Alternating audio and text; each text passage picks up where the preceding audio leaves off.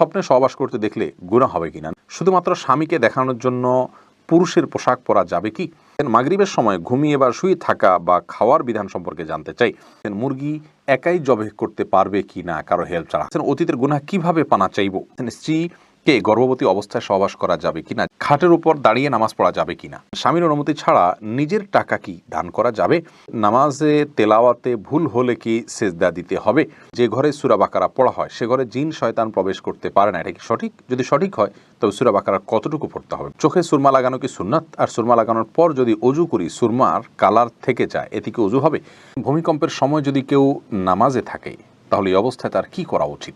আর বিলম্ব না করে চলুন আপনাদের যে প্রশ্নগুলো ইতিমধ্যে আমাদের কাছে চলে এসছে সেগুলোর উত্তর দিয়ে আমরা শুরু করি। আসমা হাসানাত রিমা বোন, আপনি জানতে চেয়েছেন ভূমিকম্পের সময় যদি কেউ নামাজে থাকে তাহলে এই অবস্থায় তার কি করা উচিত। দেখুন, ভূমিকম্পের সময় সলাতরত অবস্থায় থাকলে তিনি যদি মনে করেন যে ভূমিকম্পের মাত্রাটি একটু বেশি এবং এটি তার জীবন নাশের মাধ্যম হতে পারে, কারণ হতে পারে, তাহলে সেক্ষেত্রে তিনি সালাত ছেড়ে দিয়ে নিরাপদ জায়গায় আশ্রয় নেবেন। কারণ ফরজ সালাতের মধ্যে থাকা অবস্থায় যদি জীবন হুমকির মধ্যে পড়ে যায় তাহলে জীবন রক্ষার খাতিরে তাকে সালাত ত্যাগ করা জায়েজ রয়েছে। মোহাম্মদ ইফরাত, আপনি এটি থেকে জানতে চাইছেন চোখে সুরমা লাগানো কি সুন্নাত, আর সুরমা লাগানোর পর যদি অজু করি সুরমার কালার থেকে যায় এতে কি অজু হবে। আপনার শেষ প্রশ্ন উত্তর আগে দিই, সুরমার কালার যদি চোখে থেকে যায় অজু করার পরেও তাহলে তাতে অজু হয়ে যাবে, কোনো অসুবিধা নেই।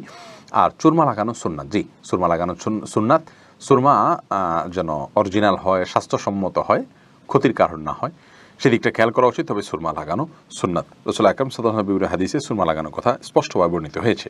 এরপরে মুজাহিদুল ইসলাম শওকাত, আপনি জানতে চেয়েছেন যে ঘরে সূরা বাকারা পড়া হয় সে ঘরে জিন শয়তান প্রবেশ করতে পারে না, এটা কি সঠিক, যদি সঠিক হয় তবে সূরা বাকারার কতটুকু পড়তে হবে। ভাই মুজাহিদুল ইসলাম, এটা সঠিক এবং এ সম্পর্কে রাসূল আকরাম সাল্লাল্লাহু আলাইহি সাল্লামের স্পষ্ট হাদিস রয়েছে।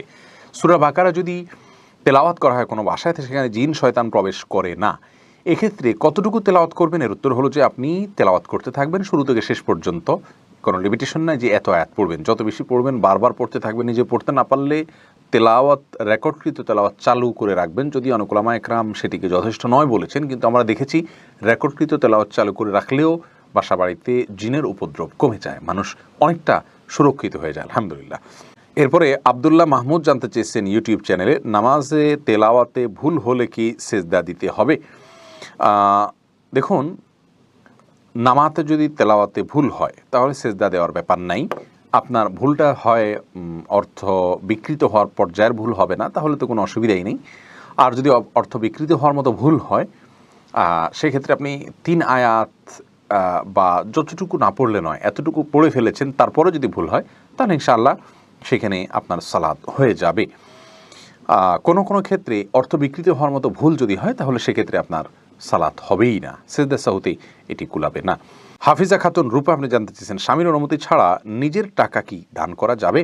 হ্যাঁ অবশ্যই বোন হাফিজা, আপনি আপনার স্বামীর অনুমতি ছাড়া আপনার নিজস্ব টাকা নিজস্ব সম্পদ অবশ্যই দান করতে পারেন, কারণ আপনার সম্পদ সম্পূর্ণ আপনার এখতিয়ারে, এটি ব্যবহারের ক্ষেত্রে স্বামী বা বাবা বা কোনো অন্য কারোর অনুমোদন নেওয়ার কোনো প্রয়োজন নেই, এটি সম্পূর্ণ আপনার এখতিয়ারাধীন বিষয় যদি সেটি আপনার মালিকানাধীন হয়।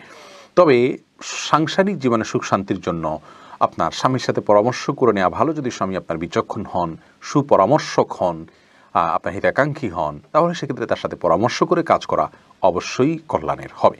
ইস্তাব্রো বাণী, এই আইডি থেকে আপনি জানতে চেয়েছেন খাটের উপর দাঁড়িয়ে নামাজ পড়া যাবে কি না। যাবে, কোনো অসুবিধা নেই, আপনি খাট হোক আর ভূমি হোক ফ্লোর হোক যে কোনো জায়গায় দাঁড়িয়ে সালাত আদায় করতে পারবেন। আপনি স্বাভাবিকভাবে যদি সালাত আদায় করতে অসুবিধা না হয় তাহলে সেক্ষেত্রে কোনো অসুবিধা নেই। হ্যাঁ, কোনো কোনো খাটের উপরে দেখা যায় যে ম্যাট্রেস বা ফোম থাকার কারণে অনেক দূর ডেবে যায়, যার কারণে রুকু সিজদায় তিনি ব্যালেন্স রাখতে পারেন না এবং সুন্দরভাবে সালাত আদায় করতে পারেন না, সেজদা সঠিকভাবে করতে পারেন না।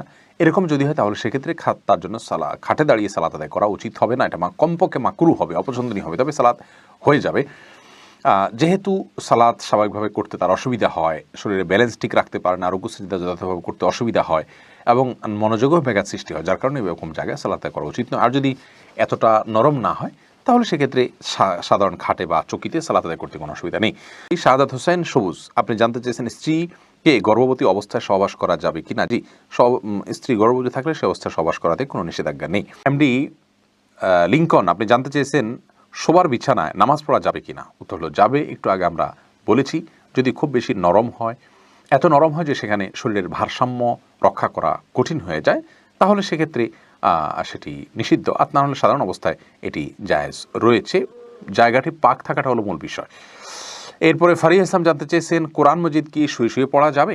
হ্যাঁ বোন ফারিয়া, কোরআন মজিদ শুয়ে শুয়ে পড়া যাবে, কোরআন মজিদ শুয়ে পড়া যাবে না এমন কোনো কথা কোরআন হাদিসের কোথাও বলা হয়নি। বরং সাধারণ অবস্থায় কোরআন মজিদ পড়া যাবে। তবে কোরআন মজিদের প্রতি কোরআন মজিদকে বুকের মধ্যে ধরে অসম্মানজনকভাবে শুয়ে শুয়ে পড়া উচিত না। আপনি মুখস্থ থেকে পড়তে পারেন। আর সাধারণ অবস্থায় বসে বসে সুস্থ অবস্থায় আপনার কোরআন মজিদ পড়ার চেষ্টা করা উচিত। আপনি মনসুর জানতেছেন অতীতের গুনাহ কিভাবে পানা চাইব? ভাই মনসুর, আপনি অতীতের গুনাহের জন্য আল্লাহর কাছে লজ্জিত হয়ে অনুতপ্ত হয়ে ক্ষমা চাইবেন, চোখের পানি ফেলে সম্ভব হলে বা কানার ভান করে হলে আল্লাহর কাছে মাপ চাইবেন, আর ভবিষ্যতে করবেন না বলে প্রতিজ্ঞাবদ্ধ হবেন। ইনশাআল্লাহ এর মাধ্যমে আল্লাহ তাআলা আপনাকে গুনাহ থেকে মুক্ত করবেন। মহিমা মাহি, আপনি জানতে চেয়েছেন নবজাতকের বমি কাপড়ে লাগলে নামাজ হবে কিনা? দেখুন, বমি নাপাক, সেটা নবজাতক হোক অথবা প্রাপ্তবয়স্ক কেউ হোক, সবার বমি নাপাক, যার কারণে এটি লাগলে নাপাক হয়ে যাবে। এমনি এসিও পলাশ জানতে চেয়েছেন মোজা পড়লে তো টাকনু ঢেকে যায়, তাহলে কি করব? ভাই পলাশ, মোজার জন্য এই বিধান নয়। জুতা মোজা এগুলো তো টাকনুর নিচেই থাকবে, সেটাই স্বাভাবিক। যেগুলো উপরের পোশাক সেগুলো যদি নিচে যায় তাহলে সেক্ষেত্রে সেটি নিষেধাজ্ঞা। আর যেটি নিচেরই পোশাক, মূলত টাকনুর নিচের অংশ ঢাকার জন্যই মোজা, যার কারণে সেটি নিষিদ্ধ নয়। আর এই জন্য রাসূল আকরাম সাল্লাল্লাহু আলাইহি ওয়াসাল্লাম হাদিসে লুঙ্গি এবং এ জাতীয় শব্দ, চাদর, এই সমস্ত শব্দগুলো আসছে, কারণ এগুলো উপরের পোশাক, মূলত নিচের পোশাক নয়। উপরের পোশাকটা নিচে চলে গেলে সেটি দূষণীয়, আর যেটা পোশাকটাই নিচের, সেটা নিচে রাখলে কোনো অসুবিধা নেই। সুজন মুখতার, আপনি জানতে চেয়েছেন ইউটিউব চ্যানেলে স্বপ্নে সহবাস করতে দেখলে গুনাহ হবে কিনা? না, এর কারণে কোনো গুনাহ হবে না, কারণ এটি বান্দার ইচ্ছার দিন কোনো বিষয় নয়, বান্দার ইচ্ছাধীন বিষয় নয়, এমন বিষয়ের জন্য আল্লাহ তাআলা বান্দাকে পাকড়াও করবেন না। জান্নাত আরা জুলি, আপনি জানতে চেয়েছেন মুরগি একাই জবাই করতে পারবে কি না কারো হেল্প ছাড়া? হ্যাঁ, করতে পারবে, কোনো অসুবিধা নেই। মুরগিতে একজন ধরতে হবে এমন কোনো বাধ্যবাধকতা নেই। আপনি মুরগি যেভাবে খুশি সেভাবে জবাই করবেন, জবাই করাটাই হলো মুখ্য। বিসমিল্লাহ বলে জবাই করতে পারলে আপনি নিজে একাও করতে পারেন, কোনো অসুবিধা নেই। এমডি রায়হান সিদ্দিকী, আপনি জানতে চেয়েছেন মাগরিবের সময় ঘুমিয়ে বা শুয়ে থাকা বা খাওয়ার বিধান সম্পর্কে জানতে চাই। দেখুন ভাই রায়হান, মাগরিবের পরে এশার আগে শোয়ার ব্যাপারে হাদিসে নিষেধাজ্ঞা রয়েছে। নবী সাল্লাল্লাহু আলাইহি ওয়াসাল্লাম অপছন্দ করতেন এই সময় শোয়াটাকে, যার কারণে মাগরিবের পরে শোয়া উচিত নয়। তবে যদি কেউ অসুস্থ থাকেন, শরীরে ক্লান্তি থাকে, তিনি শুয়ে আছেন ক্লান্তির কারণে, সেটি ভিন্ন বিষয়। কিন্তু সাধারণ অবস্থাতে এই সময় ঘুমানো নিষেধ, কারণ এই সময় ঘুমাইলে আপনার এশার সালাত তরক হয়ে যেতে পারে। তাছাড়া সকাল এবং সন্ধ্যার সময়গুলো আল্লাহকে স্মরণ করার সময়, জিকিরের সময়, যেন এই সময় ঘুমিয়ে কাটাবেন না। শুধু সামান্য একটু শুয়ে থাকা, এটা ভিন্ন বিষয়, এটা ইনশাআল্লাহ নিষেধাজ্ঞার আওতায় পড়বে না। তামান্না আখতার, আপনি জানতে চাইছেন ইউটিউব চ্যানেলে শুধুমাত্র স্বামীকে দেখানোর জন্য পুরুষের পোশাক পরা যাবে কি? হতে পারে, কখনো যদি স্বামী দেখতে চায় তাহলে সেক্ষেত্রে সাময়িক সময়ের জন্য শুধু স্বামীকে দেখানোর জন্য আপনি এটা পড়তে পারেন। কিন্তু কোনো স্বামী যদি এটা তার রুচিতে এমনটি চায়, তাহলে সেটি সন্দেহাতীতভাবে তার রুচির বৈকল্যের প্রমাণ, অসুস্থতার প্রমাণ। কিন্তু দুঃখিত, সামান্য সময়ের জন্য স্বামীকে আপনি সন্তুষ্ট করার জন্য এটি করতে পারেন।